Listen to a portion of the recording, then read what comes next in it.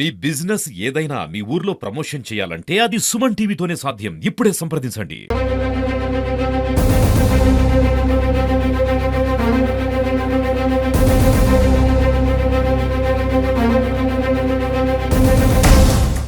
పంజాబీలో Veerapalli VR Sasikumar గారు చెప్పినటువంటి ఫిర్యాదు పైన వీరపల్లి కలవాతి మధ్యలో నేను రాత్రి కొంతమంది దుండగులు ఈ క్షుద్ర పూజలు చేసి పుత్రుల కోసం తవ్వకాలు చేశారని దానిపై కంప్లైంట్ ఇవ్వడం జరిగింది. ఆ ఫిర్యాదు మేరకు పంజాని పిఎస్ఐ గారు, పొలంనేరు ఎస్ఐ గారు, రూరల్ ఎస్ఐ, మరి మేము రూరల్ సిఐ గారు, మరి నేను చిన్న సిబ్బందిని అంతా పోగు చేసుకుని ఆ ప్రదేశానికి వెళ్ళడం జరిగింది. అక్కడ ఎర్రబల్లి సీను కెలవాతి గ్రామం, ఇది వచ్చేసి రాష్ట్ర ఎస్సీ వైఎస్ఆర్సీపీ అధికార ప్రతినిధిగా పనిచేస్తున్నారు. మరియు వాళ్ళ తమ్ముడు శరవణ్ కుమార్, ఇంకా వాళ్ళ గ్యాంగ్ సుమారు 10 మంది దాకా ఉంది.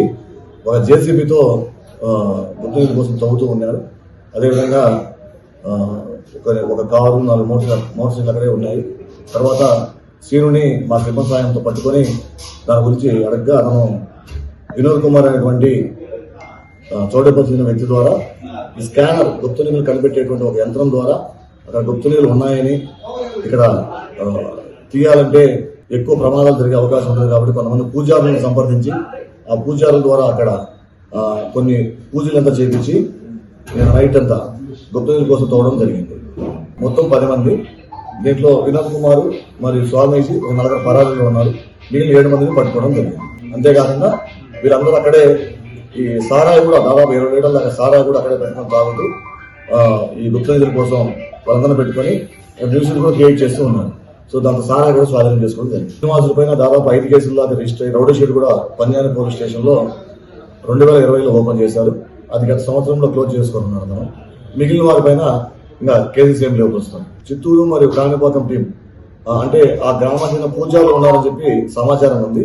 దీంట్లో ఎవరైతే పారిపోయి ఉన్నారో వినోద్ కుమార్, అతను పట్టుకున్న తర్వాత పూర్తి వివరాలు తెలిసే అవకాశం ఉంది. తర్వాత అతను కూడా పట్టుకొని వాళ్ళ పేర్లు మీడియాకు వెల్లడిస్తారు. వినోద్ కుమార్ అనే వ్యక్తి దగ్గర ఉన్నది. అతను పట్టుకొని మిషన్ కూడా స్వాధీనం చేసుకుని పూజారుల పేర్లన్నీ కూడా వివరాలు వెల్లడిస్తారు. ఒక జేసీబీ, కారు, 4 మోటార్ సైకిల్ స్వాధీనం చేసుకున్నాం. అదే 20 లీటర్ల సారాయి కూడా స్వాధీనం చేసుకున్నాం. ఈ వినోద్ కుమార్ ఇదివరకు పోలీస్ డిపార్ట్మెంట్ లో హెడ్ కానిస్టేబుల్ గా పనిచేసేవాళ్ళు. అతను లాంగ్ ఆబ్సెంట్ అయ్యి అన్నమయ్య జిల్లాకు అతన్ని పంపించడం జరిగింది. కానీ అన్నమయ్య జిల్లాకు పోకుండా ఉండడం వల్ల అతన్ని ఉద్యోగం నుంచి పూర్తిగా తొలగించడం జరిగింది.